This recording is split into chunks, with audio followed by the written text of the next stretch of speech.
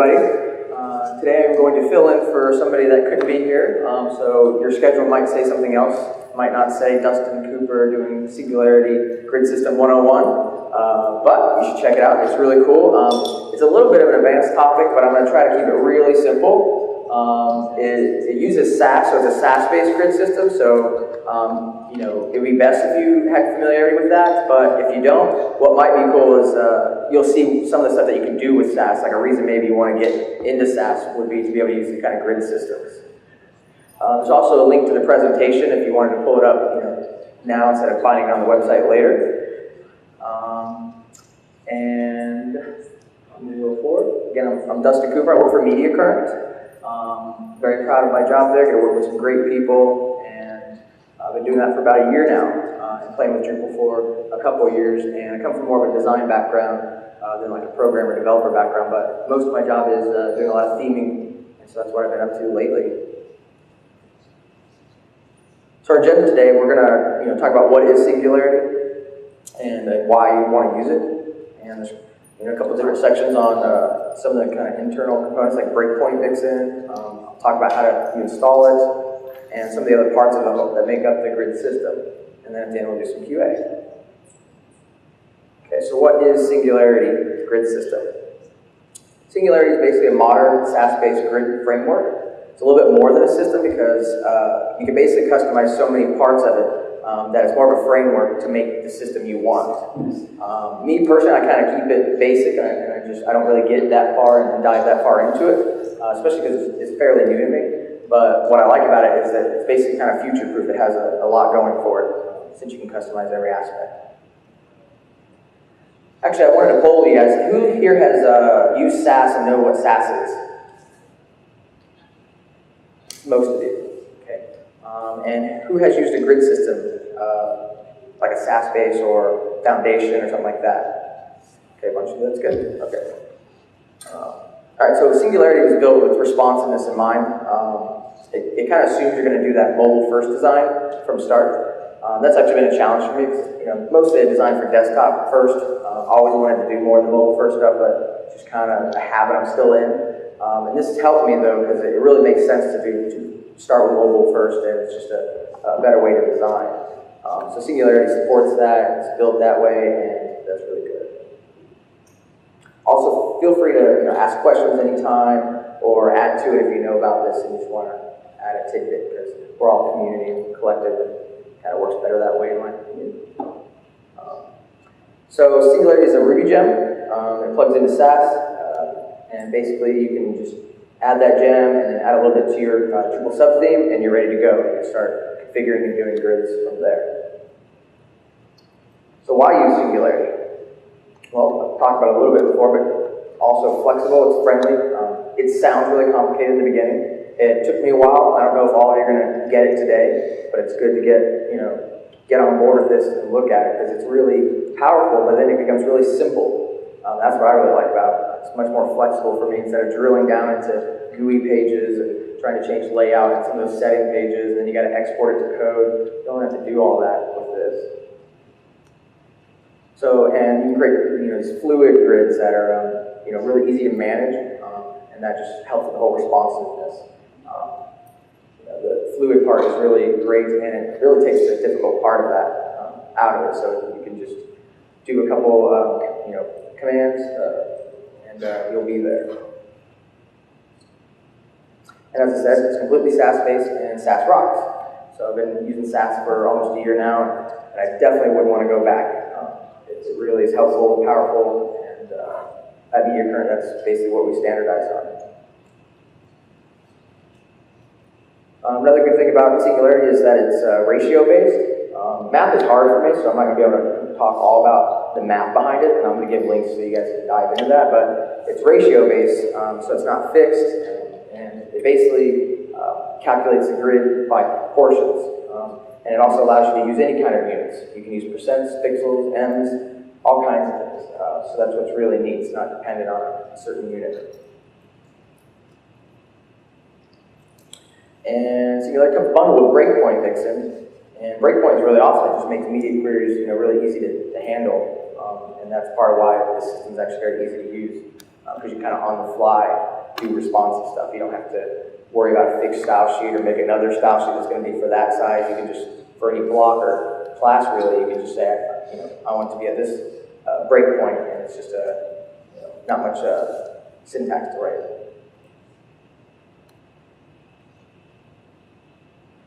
So yeah, breakpoint makes writing media queries really easy. You can basically call the breakpoint method with the @include property and @include breakpoint, and then parentheses your value. So like 960 would be like a good value for desktop to break at, and maybe 320 for mobile. But you can also put variables in there, and that's where it becomes really powerful. So, instead of typing in 960 pixels, maybe you want to define a variable desktop and make that 960, so then you can use that throughout your styles there. And in case for some reason you want to adjust your desktop, from 960 to 980 for some reason, then that would apply to everything. You wouldn't have to go, find and replace or all that. And breakpoint is included with Singularity, so you don't have to do anything. You have to go get it. As long as you install the gem for Singularity, you're good to go. So let's talk a little bit about installation. First, you have to have Compass and SAS installed. So many of you probably already have that. So that's basically the foundation. You do that there. I'm on a Mac, and I'm kind of going to be showing you, how it's done on a Mac. But you can visit the sites for Windows, the other installs. They'll be similar, but a little bit different. I just have a call that you also install Singularity Gem. Gem install Singularity GS. And this is a way to create a new Singularity project with that command there, Compass create, basically. So there's that, or what I do is I get the subtheme I want, and then I add it to my project. So that's what this is. Existing project you would add to your config RB file. So that comes with SAS. That's how SAS knows.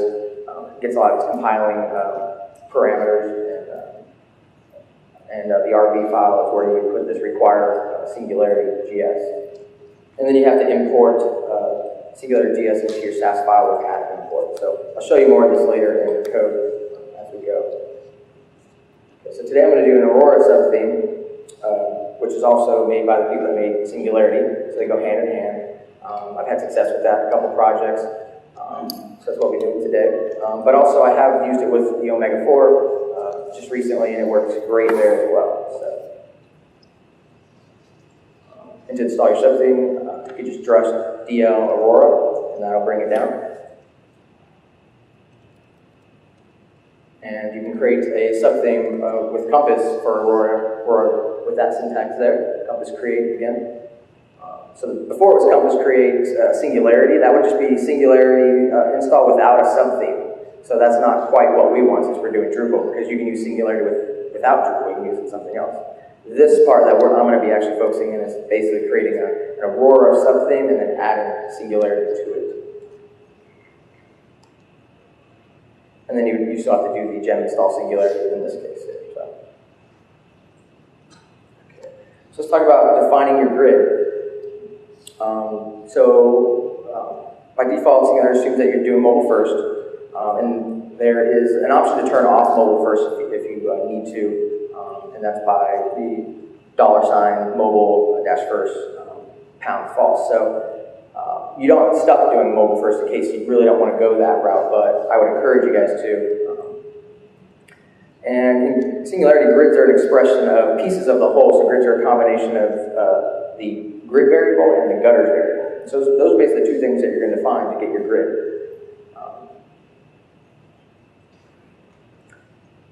And what's really interesting about Singularity is you can create symmetrical grids. So a 12-column grid that we're kind of used to with 960, all those grids are exactly the same size. But you could actually create an asymmetrical grid that is, the first column is, 300 pixels, the next column is 600 pixels, and the last column is 300 pixels. It's really based on proportion there. So the asymmetrical grids are very powerful. However, it's not something I've used much yet. Kind of still in my own kind of what I've done before, which is a lot of 960 stuff. So I still use it that way, but what's great is the power's there, and I can use that if I need to. And like I said here, today we're just going to stick with symmetrical grids. Okay, Singularity has output styles. And all this will make more sense when I do the demo, and I'm sure the demo's probably going to break on me, but we'll figure it out and work through it.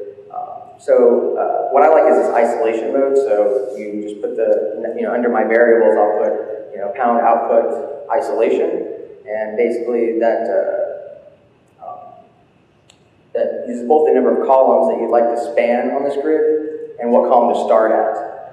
So it basically puts these pieces right there in the grid where you want them. Whereas the other option is using float, which we're used to, with CSS and everything, where you basically walk your, pieces or blocks across a row, and then it goes to the next row and it keeps going. So Singularity, you can kind of say, well, no, I don't want this block to be here. I want it to be here, and I want this one to be here. And you can just do that. It's really what I like the most about Singularity. All right, spanning the grid. So we're almost, through the syntax part here. Spanning the grid is probably, basically how you're going to really, the meat of it all, how you're really going to tell things, tell blocks, tell things to lay out a certain number of columns and whatnot. So grid span is what we use. You can see an example on the bottom there, the plus grid dash span and parentheses 4 and 1. So the 4 is at how many columns?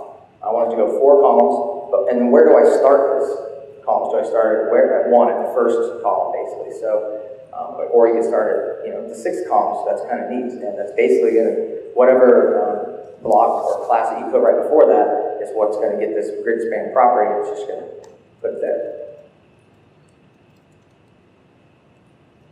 And you can do overrides. You can basically redo your layouts. So I might define my layout initially as 12 columns. But let's say I want to do a nested grid, and I want to have in my grid have another grid that has a different amount of columns. And that basically you just tap on another number there, so you have grid span spanning 4 at the first one of a grid of 8. So normally if you didn't have the 8 there, it'd just be 12, and it would just default to that context. But when you add that 8 or whatever number you want, then the grid is now going to behave to 8. So that's kind of on the fly. You're not having to go in and really change a lot to get a different layout, get a different grid. So that's really powerful. Live demo time.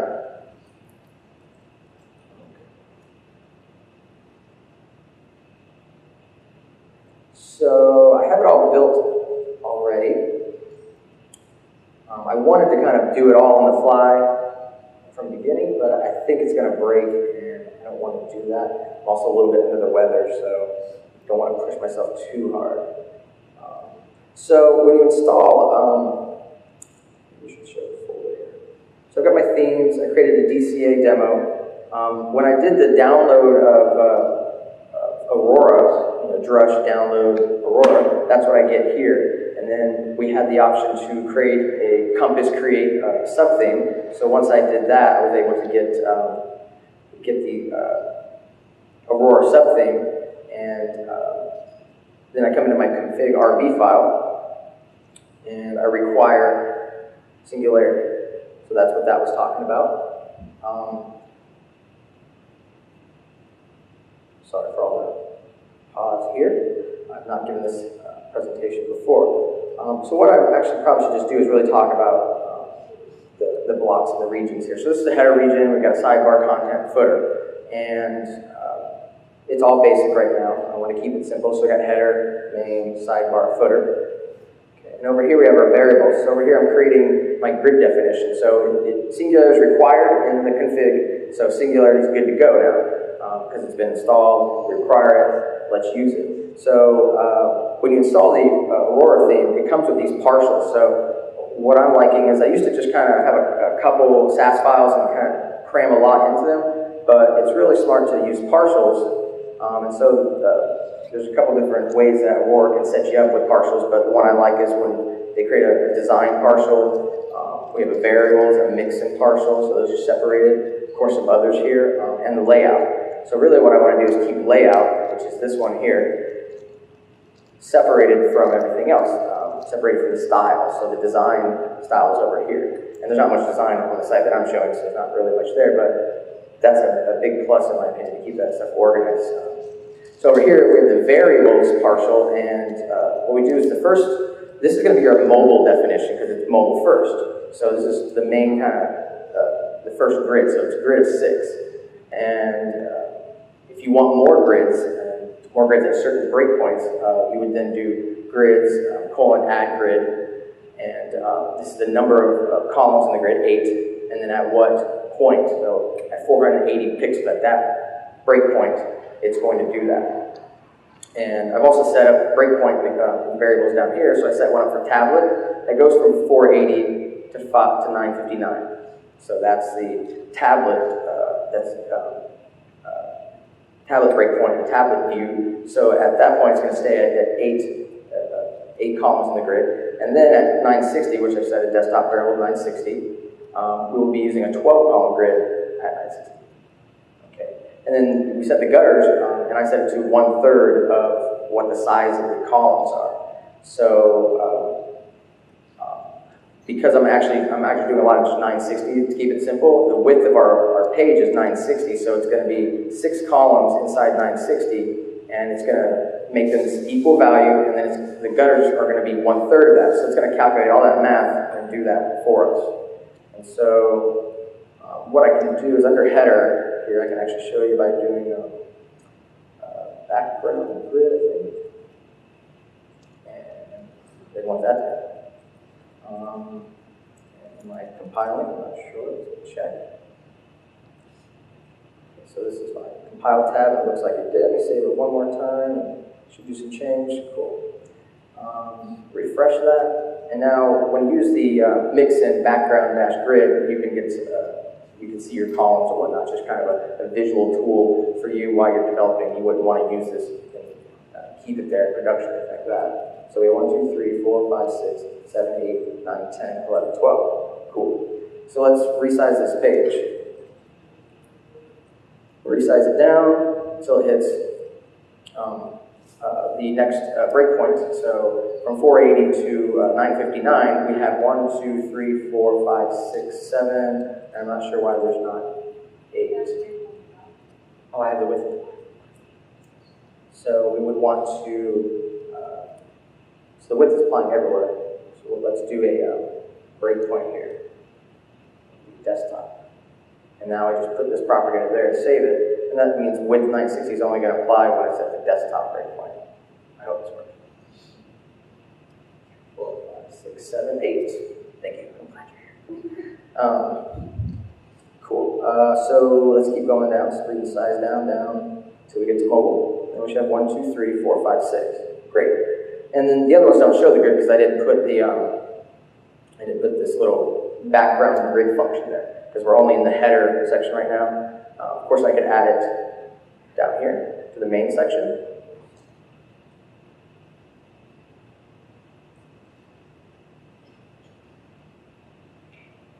Fingers don't work as well when you're nervous.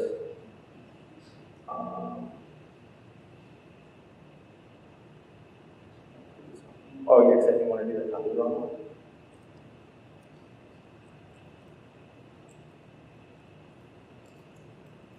All right. So same thing here. 6 columns. Basically, because there's no grid definition, or there's a grid spans of do 6 columns starting at 1. So all of these, the header, the main, and the sidebar, all are spanning the full 6 columns. So that's why they're going to stack on top of each other: header, content, sidebar, and whatnot. But if I pull it back out to the tablet view, it actually is really messed up, and I kind of wanted to show you what it looks like when it's messed up, so I'm going to come back to that. I'm just going to go ahead and go back to desktop. So on desktop view, the grid spans are different, and that's why now they're side by side, not stacked on top of each other. So let's take a look. I'm going to go ahead and get rid of these background grids. Don't need them. Save them. So for example, sidebar, which actually the markup comes after the main section, so main and the sidebar. If we're at breakpoint desktop, which is this here, a little bit of feedback. It's pretty close to that.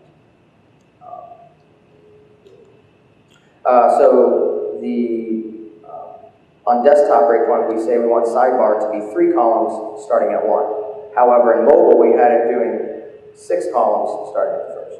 Is that making sense? Anybody kind of confused about that? Feel free to just chime in if you have a question. So that's what we would see here. I mean, you can kind of see the columns up here. So there would be 1, 2, 3, so 3 columns, and then this is good. That hasn't been refreshed. So that's 3 columns there. So that's really cool. And actually on tablet, it's going to only do 2 columns. And I wanted to do that on purpose. So here I've actually started, it's a 2-column sidebar starting at the 2nd column. But I have the main content also starting at 2, but it spans for 6 columns. And so that's what you're seeing there. That's why this color is different. It's not, it should be this color, but they're kind of having opacity so you can see through, and that's why it changed its color. So with this system, I mean, you can just overlap things. I mean, you couldn't do that before with just floating stuff. You'd have to maybe use a negative margin or something. I'm not saying you'd want to do this, but it was kind of a surprise. Like, oh, this is actually helps me kind of see how it works. It's literally putting it there on the 2nd column, no matter what. And we would fix that by, maybe starting this at 3, starting this at 1. So start the main at the 3rd one, starting the sidebar at the 1st one. So refresh that. That's what we get. Question?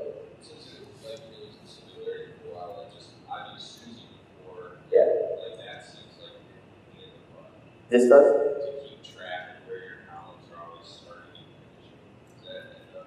Kendall, you've used Suzy and Singularity. I haven't used Suzy. What do you? I mean, I found Suzy harder to learn, like out of the gateway. Like it took me weeks of trying to just plow through it. I kept coming back to it and getting frustrated or whatever. But Singularity, for whatever reason, just personally, I like it better and I'm easy to jump into. So maybe it's just a cognitive tricks to keep track of where you're starting your column and ending your column, or just not.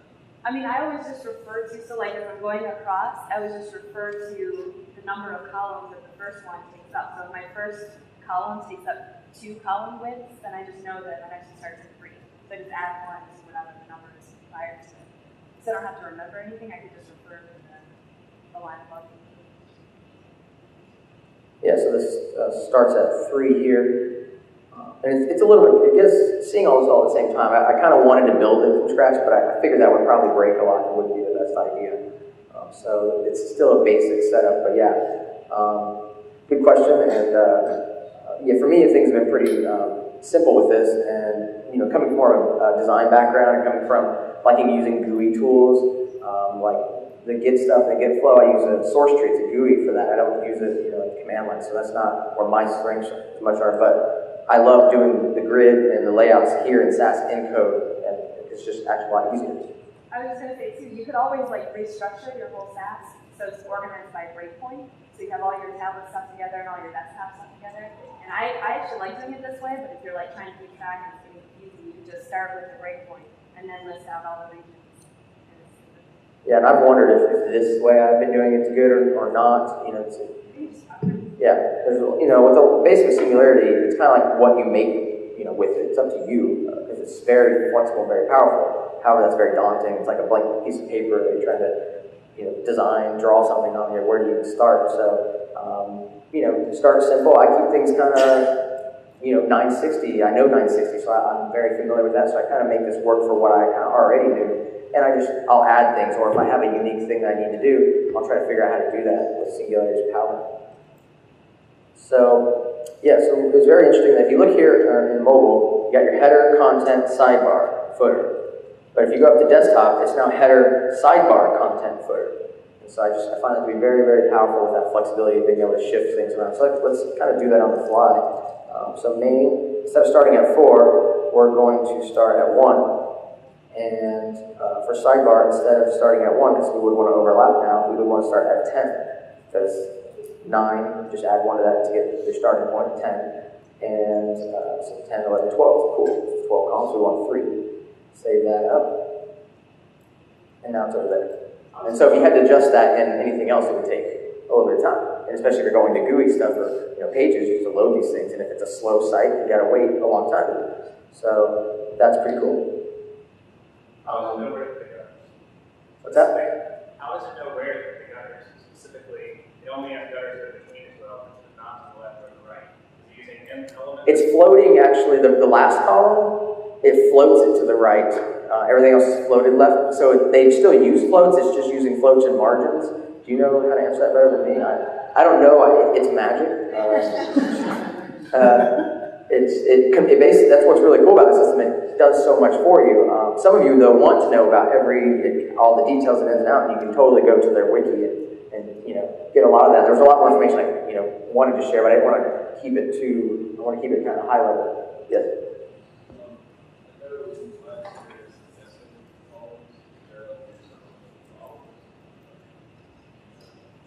So I can barely hear you. You said something about nested grids or nested columns, did you say?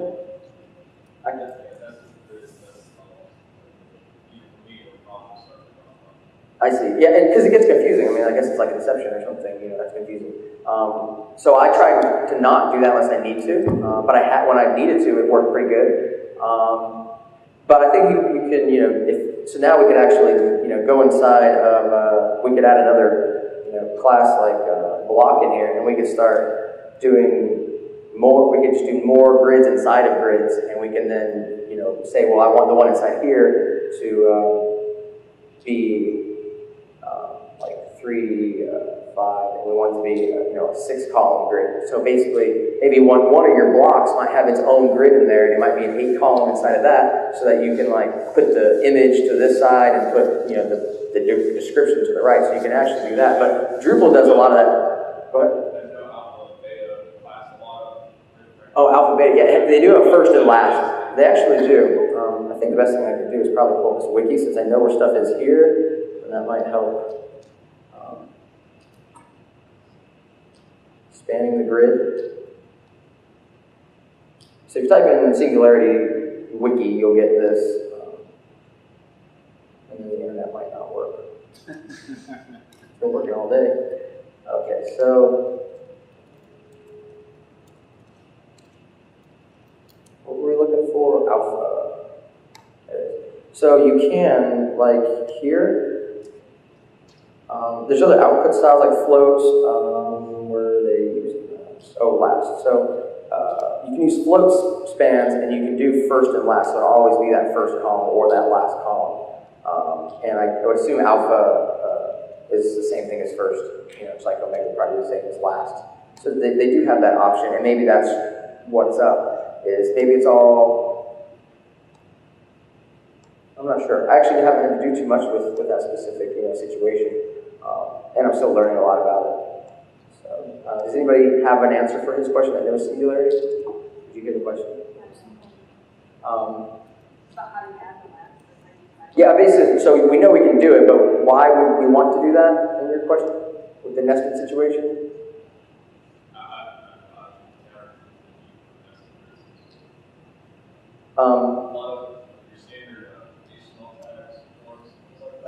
Yeah.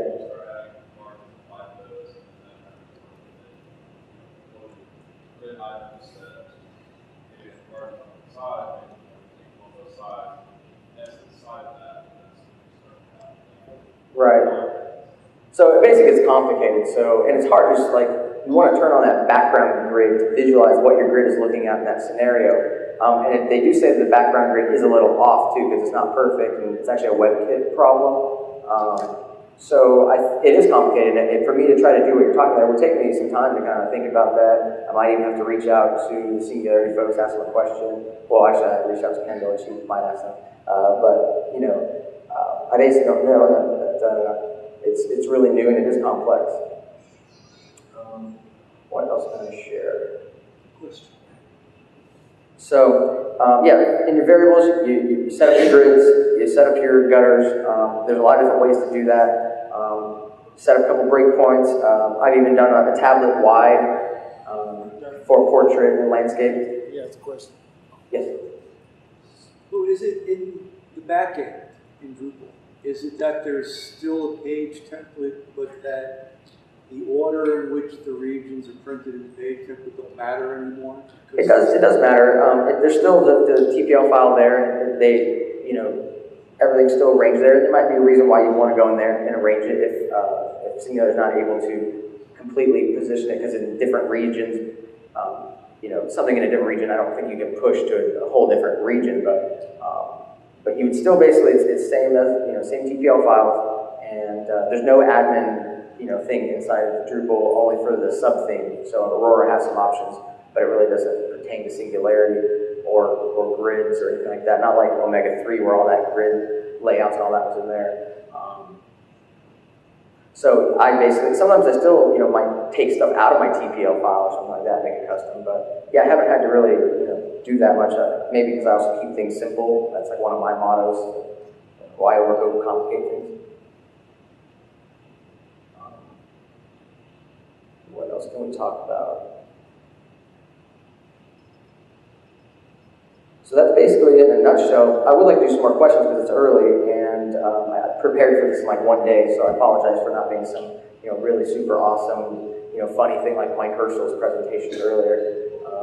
So questions, and then yeah. So obviously the Aurora theme enables you to still manage all your blocks and stuff like that within UI, right? Like, so for your blocks, you still use context, you still use everything. It's just panels. I've used it with panels. Yeah. So Aurora, it doesn't have anything to do. Like Aurora just works well with it. I assume you can use Singularity for anything, though, right? Maybe with any theme. It just probably works better with these newer themes like Omega 4 and Aurora. So yeah, all the blocks, you're just basically, getting the ID or the class of that block, and that's what you're going to use in there. So it doesn't have to be header. It could be any block. Panels works great. With panels, what I found out though is panels, a lot of times it'll put the columns in and it'll put percentages for those columns. What I use is just, I don't rely on panels for the columns.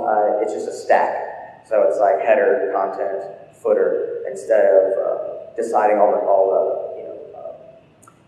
columns and whatnot. All that's happening in Singularity. So I actually kind of like that. I think that was really cool, but it was different than what is normally done with panels. What else? You can show it, like we just use basic cost layout. Give a number of columns. Do I have the markup for that? I guess I can create something else.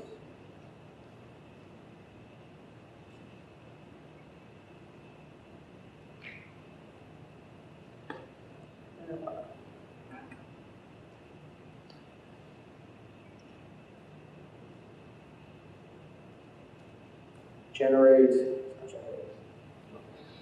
Wow. Oh, I guess it has to fetch it from the internet.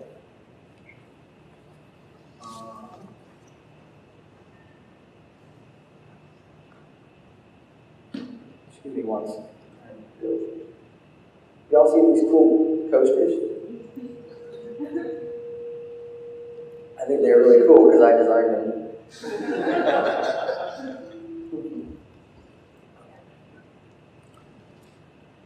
Let's see.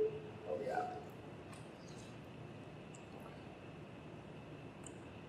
On the fly stuff.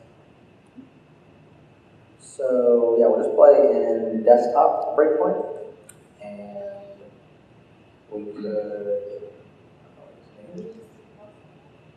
I actually don't do that. I changed the layout inside the grid span.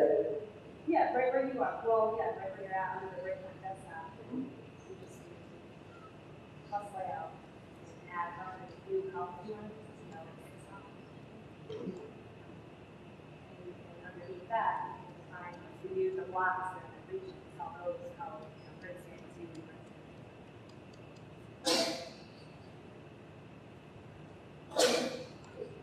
2 and 5.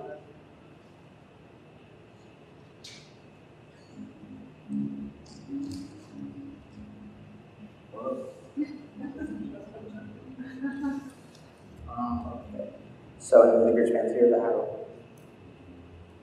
Is that what you're talking about? Okay. And so we can do like 3 and 1. So span 3 on the first. And 3, sorry, not 4. Makes sense? Makes it still work.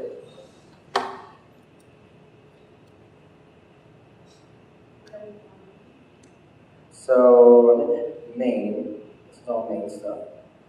Block 2 I thought was this content, so let me double check. Yeah. Block 5 is that. Oh, it's an ID, it's fine.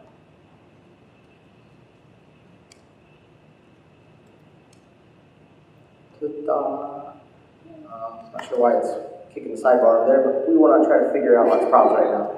But, you know, again, you can do it that way. Actually, what I was doing was like this. Let's see if this works. Your way is actually a little cleaner.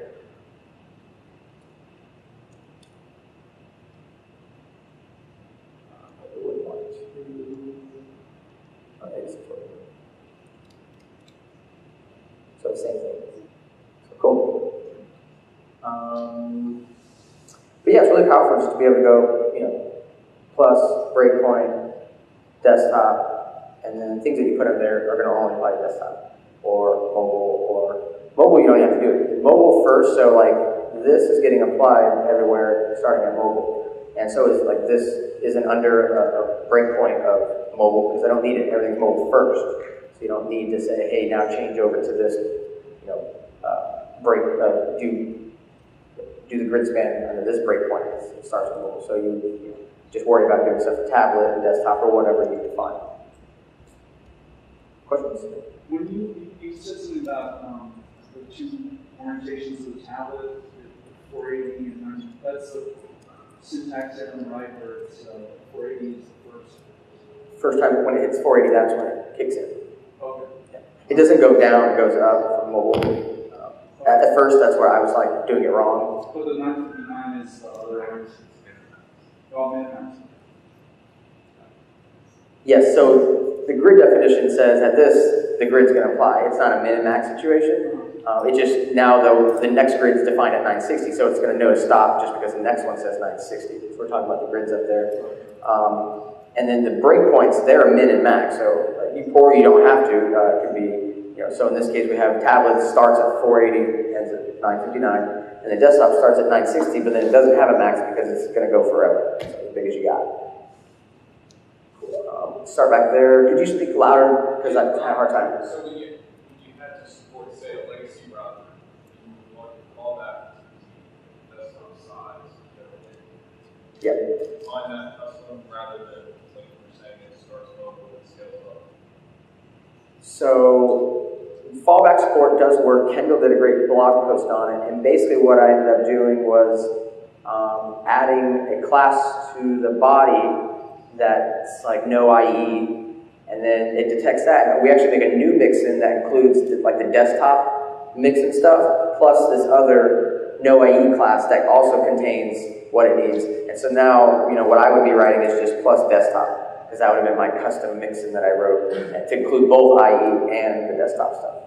And then I went ahead and made plus tablet, plus, you know, just to keep the naming down, but I didn't need to for tablet.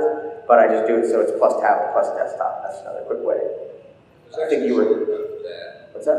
There's a shortcut for that. Breakpoint actually has an option built into it where you can just supply your legacy class or whatever to it, and it'll spew out markup from your breakpoint and that legacy class. Yeah, so there's something you can turn on, like fallback support or legacy something. I was reading about that. I think I just didn't get success with it. But yeah, look up breakpoint mixin, and there's definitely stuff there. Yeah. If you wanted a different layout for portrait and landscape on the tablet, you just have two different tablet variables? Yeah, that's what I did on the last site I worked with. You know, it wasn't just 480, but it was or it was like a tablet wide, and it went from 600. I don't actually know the best widths off the top of my head. I have to look it up.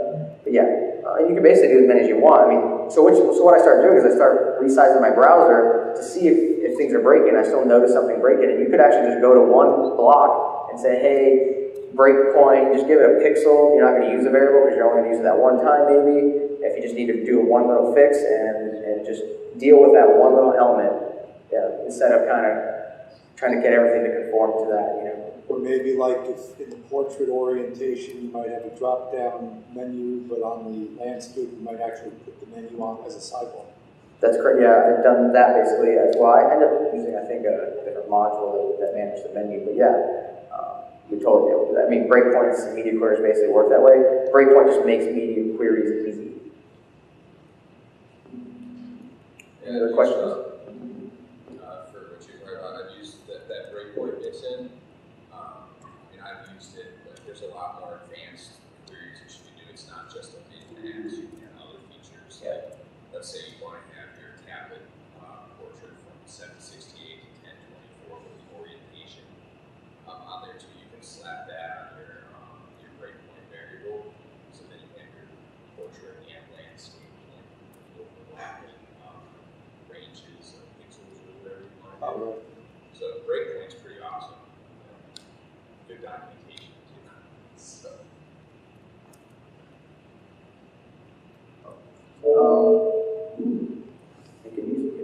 So that's pretty much it. Definitely, if you're interested, check out the wiki and really, run through some of that. Check out some of the other blogs out there. I wrote a blog on this at MediaCurrent, so it's mediacurrent.com/blog. You can click on my name down here, Dustin Cooper, somewhere.